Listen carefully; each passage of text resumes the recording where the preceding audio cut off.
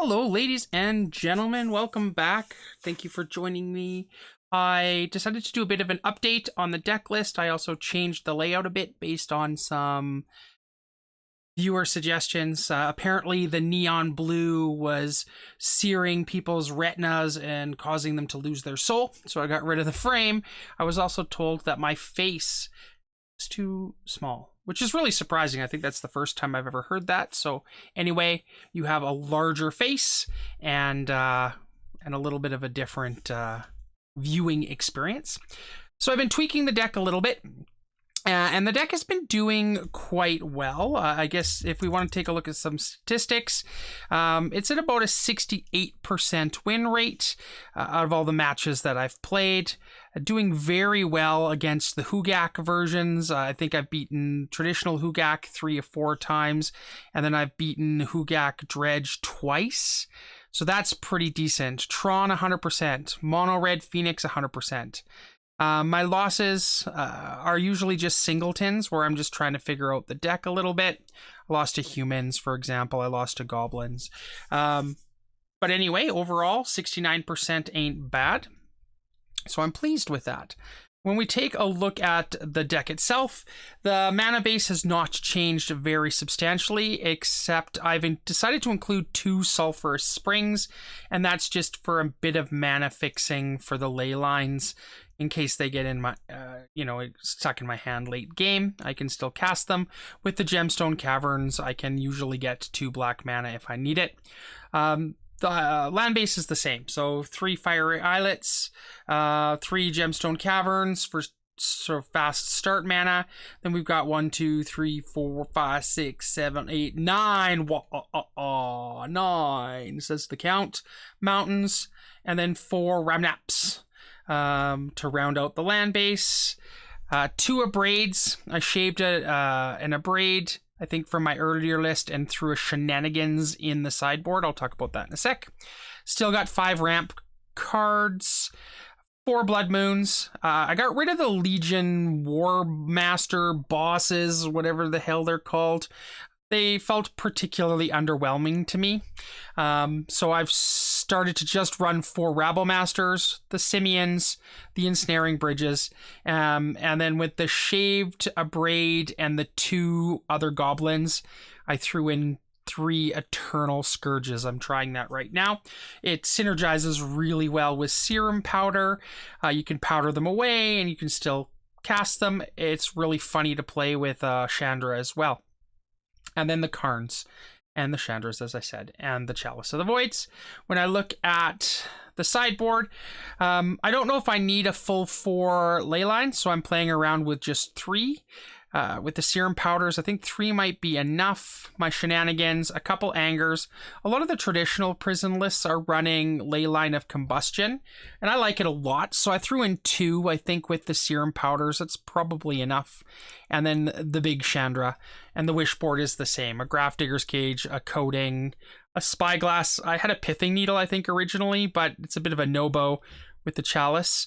So I took the Spyglass on 2, Ensnaring Bridge, the Lettuce, and then I did add a Walking Ballista, which I'm very, very pleased with, to help close out games.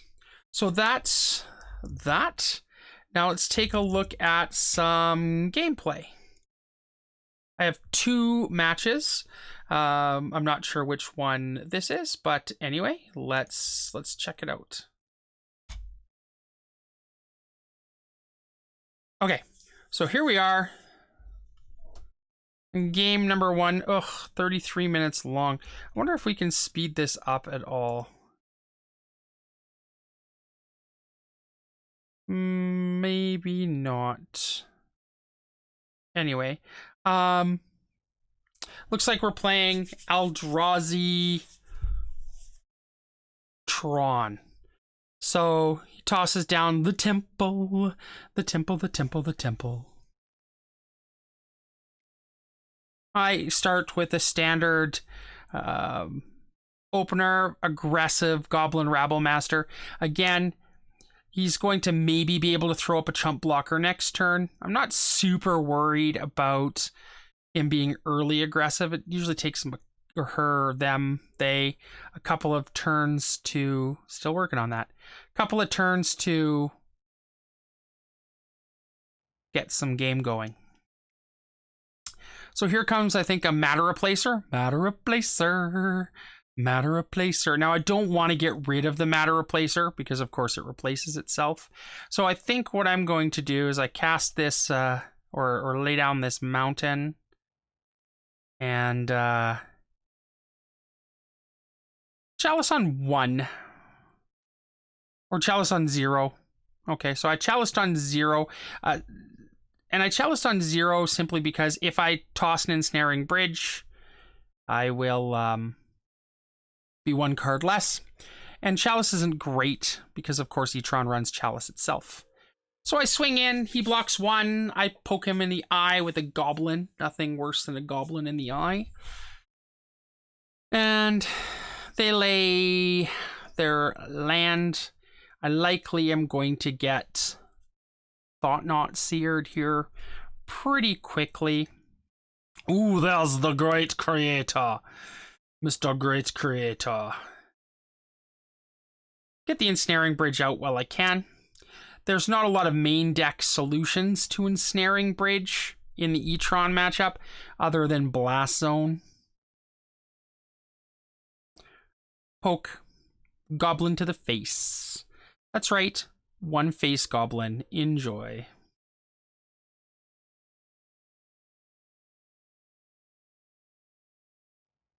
Ghost Quarter. Love this deck. Doesn't care about Ghost Quarter particularly. Nothing I hate more than having my mana destroyed. Smashy, smashy. Well, smashy, smashy can just sit there.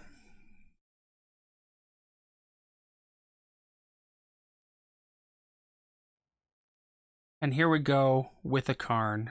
Karn, the Great Creator.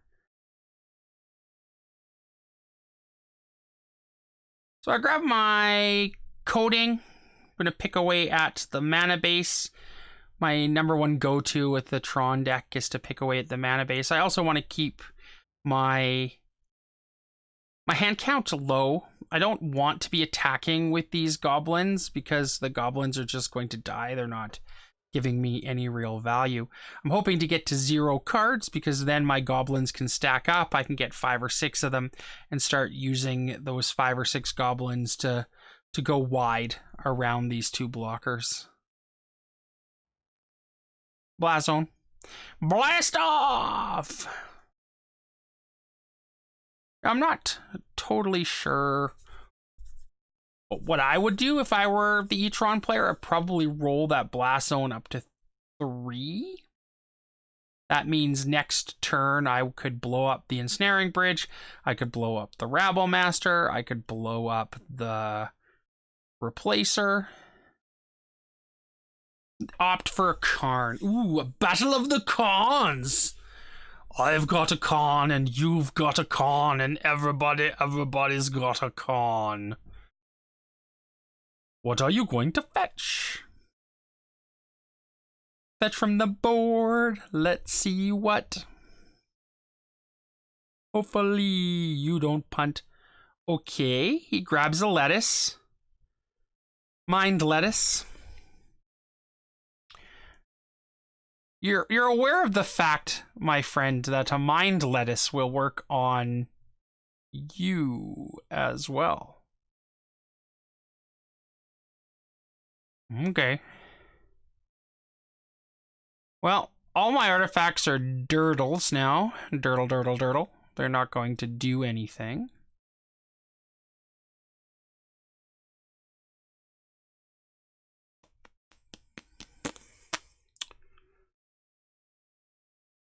I'm thinking. This is obviously some intense thinking work here. I was considering the lattice. My original plan was or not lattice, liquid metal coating to blow up his blast zone. But the problem is because he's got a Karn or they've got a Karn, that doesn't work. So throw down the bridge. I'm gonna lose a goblin. Now, the person that's playing this deck needs to understand that if you lattice, it locks us both out. Now, in theory, that's an okay play because they have one more draw than I do. See, they're up here at 49, I'm at 48. Fine, but I have a Goblin Rabblemaster. You're returning... Okay, sure. Shoot my 0 impact Chalice.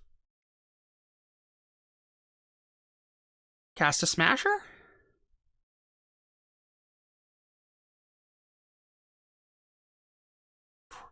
Yeah, probably Smasher. Another reality does nothing.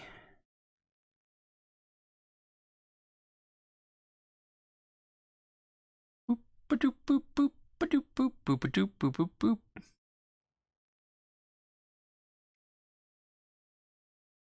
I serum powder.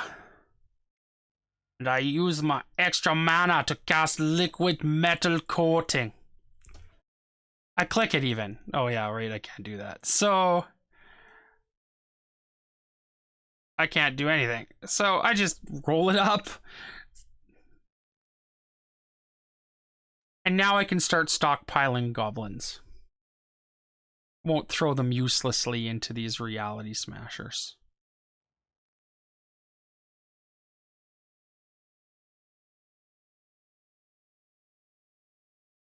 Intense thoughts by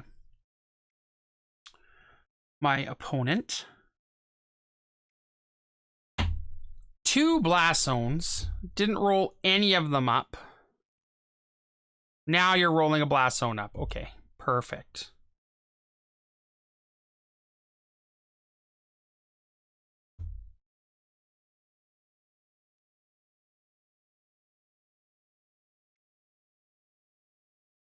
Blood Moon.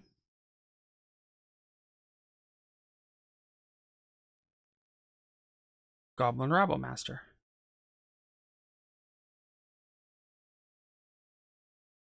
Okay.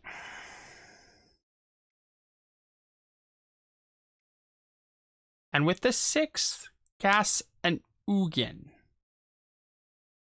Ugin. Wakes up my Ensnaring Bridge, but it is not colored, so blows up my Blood Moon. I was really excited about that Blood Moon. Shut off those blast zones. Hurting here. So what I do here is what my opponent didn't do. I use the magic of the Karn. I go, oh, Karn, please give me what I need. Some mind lettuce. Because I can lock him under the mind lettuce. I mean, nobody can think when they're eating salad.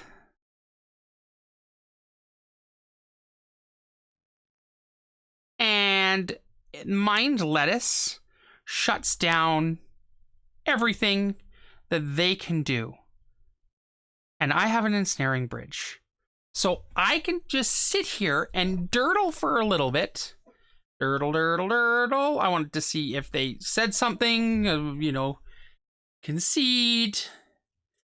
But apparently, salty people on Magic Online do not quit to the mind lettuce anymore. They opt to try to go for a timeout. So this is all I'm going to do. I'm going to build a goblin. 4 goblins.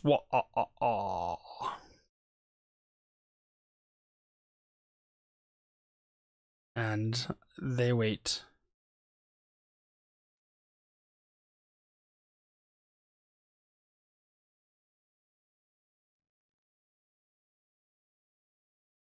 They cast that chalice. People are wondering how did they cast it with the Ugin. The Ugin lets them cast that 1/1 chalice for free. I will respond with a 0 costed chalice. 5 goblins. Now, I should also be simultaneously picking off their lands, but I don't for a little while. 1, 2, 3, 4, 5, 6 goblins. So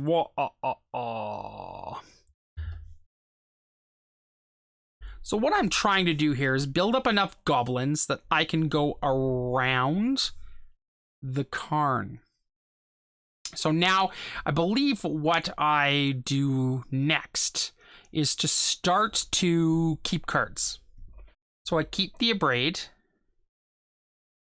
think about casting it, and I'm like, no, now is a good time. Because I get another goblin, which gives me 1, 2, 3, 4, 5, 6, 7 goblins. And I swing in an attack with them all. He can block 3 of them. So by targeting, and I do this individually, and I know there's probably a faster way to do it, but I get paranoid about clicking. I've lost too many games to just be ridiculous with clicking. So I send the goblins in, the horde, at Con the Great Creator. They're going to block 3 of them. That's fine. 3 die, leaving me with 4 goblins, 5 goblins next turn, plus the Goblin Rabble Master. I only need to get 1 goblin by in order to stop their Karn, which then means I'm no longer locked out of mana. They're locked out of mana.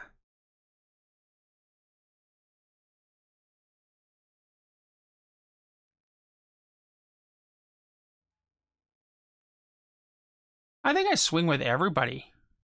I don't need to. A little redundant. I probably should have kept the Rebel Master back. It's not necessary to swing with the Rebel Master.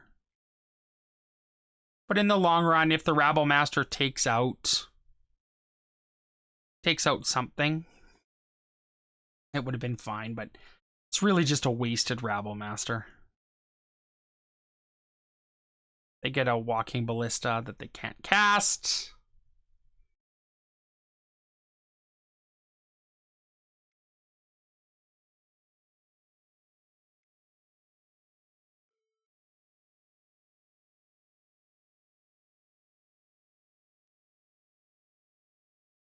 I should have done this the other way. I was like, I'm going to cast this Abrade and kill one of these Reality Smashers. You'll see me throw it away. But I tossed the ritual away ahead of time just to keep my hand size down, which was dumb. I should have done the other way, because then the Abrade would have taken out the Smasher. I could have discarded to it. And now I start picking off lands.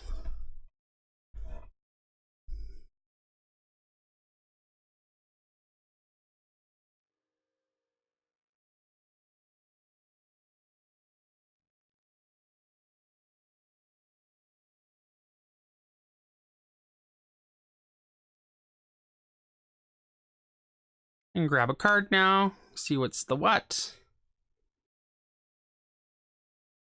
And I get another Karn.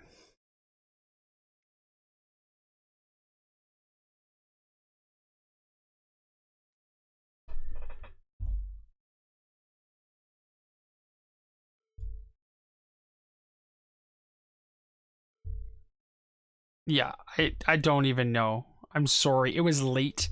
It was like 2 o'clock in the morning when I recorded this matchup. My house gets really, really hot, and so I was leaving some of the windows open to cool off the house. I was just staying awake till I could close the windows. And so I click needlessly the liquid metal coating. I can just blow up the lands with Karn, but you know, I have no excuses. I'm so sorry. So sorry, viewers, about my bad playing there.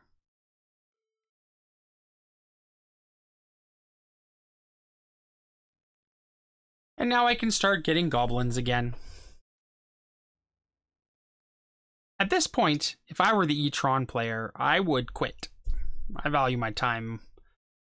I value my time a lot. and so to hang around while someone beats up my board and I can't do anything about it. Not my idea of a good time, but whatever. I get rid of the Ugin.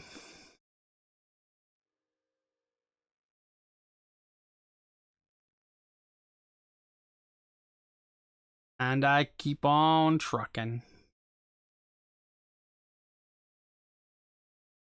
Shame monkey. Go, go, Harambe!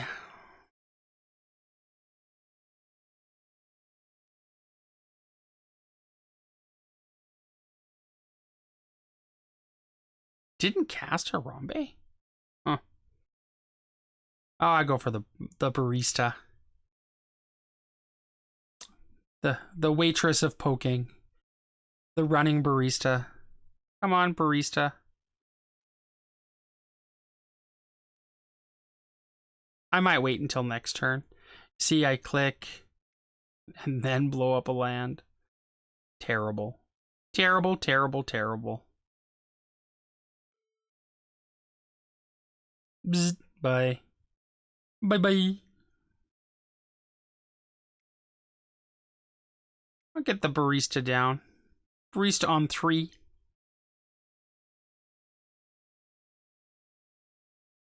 Now, some might say I'm playing a little more conservatively than I need to. I didn't have to worry about getting rid of the Karn. I could have had the barista come in with 2 extra counters. But I don't have to rush. It's game 1. Got plenty of time. I'm not super worried about it.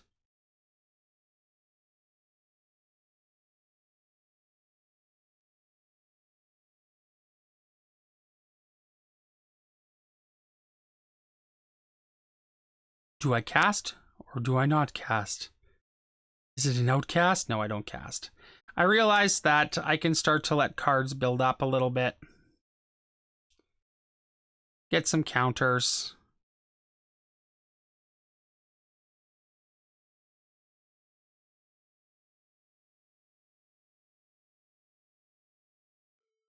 Yes, I finally figure it out. Do not need to tap the coding. Rabble Master.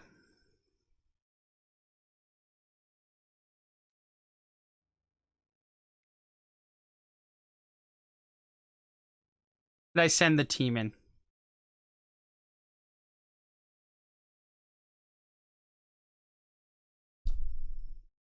To block or not to block? That is the question.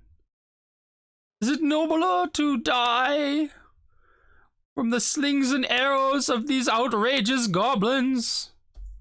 Or is it better to block?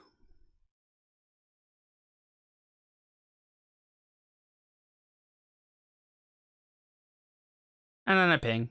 Ping. Ping. Many pings.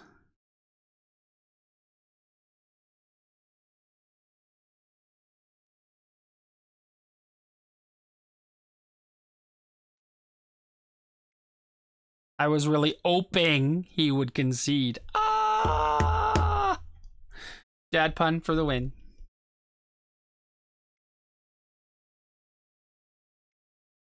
People are probably not even watching this video at this point, and they missed my legendary pun. If anybody stays to hear the pun, please comment and let me know that you made it this far. That I was entertaining enough to maintain your attention to the dad pun. I'm hoping you make it. So pleased with myself. My children are probably groaning. Even though they're not here, they know. The game moves on, and I get a second Rabble Master. And this is before I added the Scourges. Put a counter on.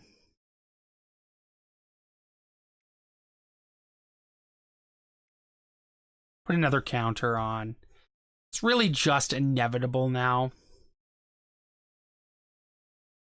Ping down a couple.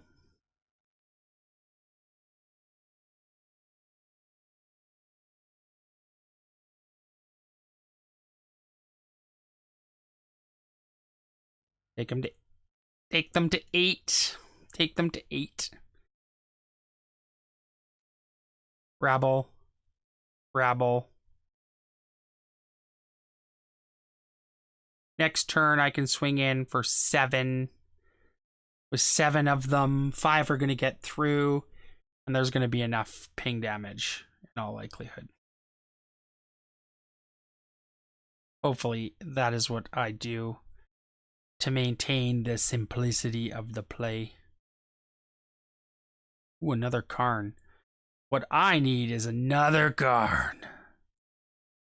I don't know, maybe the deck can afford to go down to 3 Karns, but I don't think so.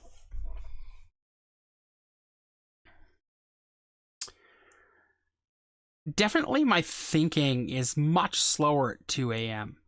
You think that you're way faster. Think I have you. Are you gonna quit? Save us some time. Please, sir, please. Quit so my yesterday person can go to bed. No. You can quit if you want to. You can leave this game behind. But you don't want to quit.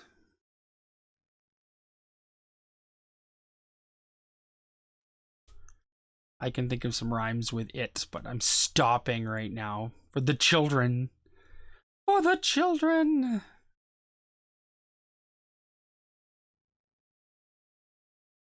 Blocky. Blocky. To the face, I sucky. And I have enough. I have enough to put you out of your misery. Killing you, let us see.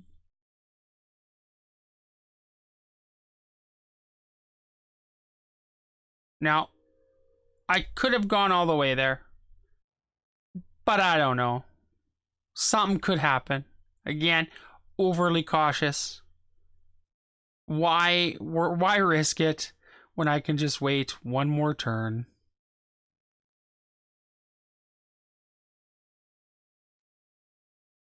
And ends with fun. Let's attack with everything. If you're gonna go out in a blaze of goblins. Many goblins, 2 of them attacking for 10 apiece, plus the 7 goblins. They don't even block. Minus 26, and I win. Love winning. Love winning. Well, chalices suck.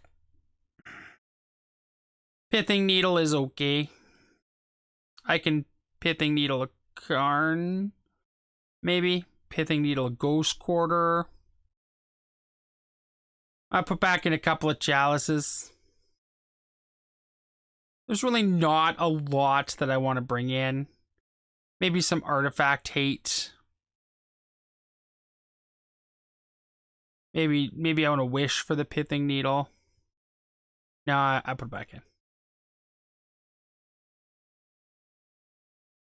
And I ship off my deck. Okay, here we go. So this hand is meh. It's aight. It's getting late. I'm mulligan. Definitely keep.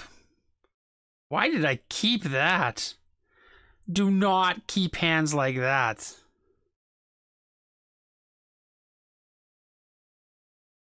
I'm gonna lock them down with Blood Moon, but I have nothing else left. Oh, jeez Louise.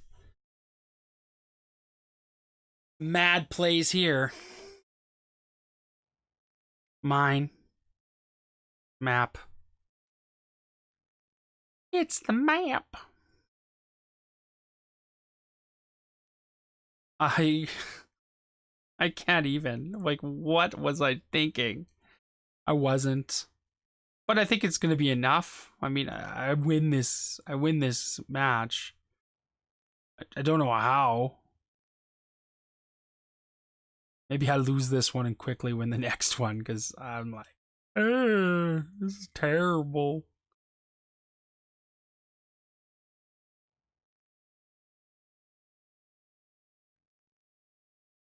Mountain, mountain. Ship to turn. That's your second piece. I got templed. How about you? This is why this is a terrible, terrible decision. Because I lose this to Thought-Knot-Seer. Thought-Knot-Seer.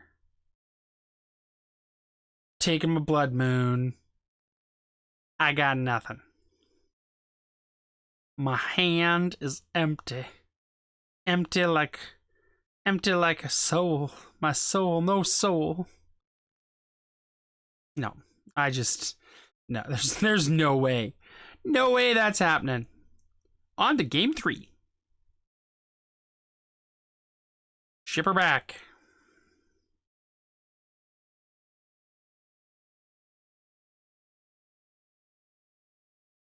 I say. That hand is slow, I say. Now, I mulligan because I don't want to lose the bridges. Could have powdered, but I didn't. I keep this hand because they can take 1 Blood Moon, but they can very not likely take 2 Blood Moons before I can get 1 down. I opt to ship the Karn because I want the acceleration in the Simian Spirit Guide. And having more mana is better for me in the long run. I will hit a Karn eventually. So I keep it.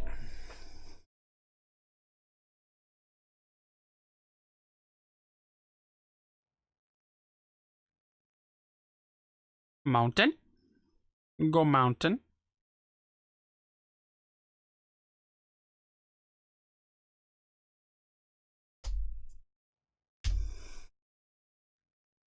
You lay a tower. I lay a Blood Moon. Ooh, it's almost like 3 of a kind. If this were poker, I'd be happy too. It's a good hand. 3 Blood Moons beats 1 Urza's Tower.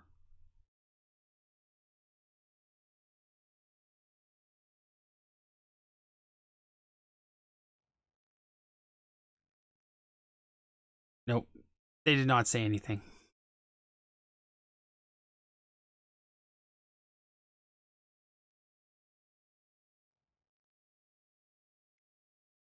And 2 Blood Moons. That's like a super wolf. What happened the other day? It was like a super wolf Blood Moon. Sounds like a prequel to the Twilight series. Many Blood Moons. Well, maybe this isn't. I think I saw that time. Maybe this wasn't. This wasn't a game late at night. Maybe I recorded this at like 8 o'clock at night. In which case, I'm playing slow because my wife and sister-in-law are dancing in the living room in front of me. That seems like that's mostly what happened at the last game. It doesn't make it any shorter. It just makes my excuse different. And you can imagine like George Ezra in the background right now.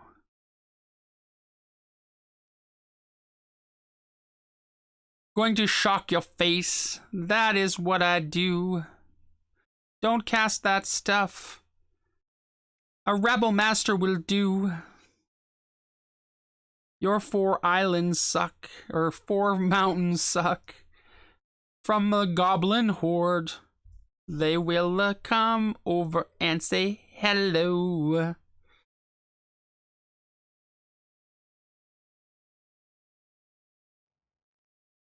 Ooh. Ooh. Garn. No Garn. No Garn. The benefit to the Rabble Master, and some people talk about cutting Rabble Master entirely from the deck, going totally creatureless. I would never go totally creatureless because Rabble Master on his own, if left unchecked, can just take over. They've got no removal. So I'm swinging in here for 6, taking them down to 7. Is this game over? Because they need to do something to clear my board.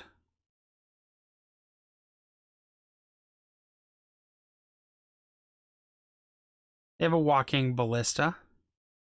I was going to ultimate my Chandra next turn. They opt to attack my Goblin Rabble Master, which is fine. So that's what I do. I ultimate the Chandra. I cast Ensnaring Bridge, targeting their face.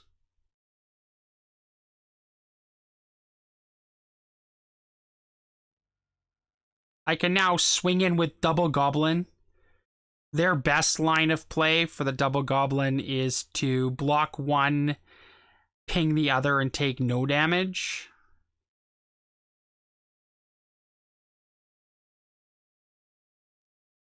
That's what they do.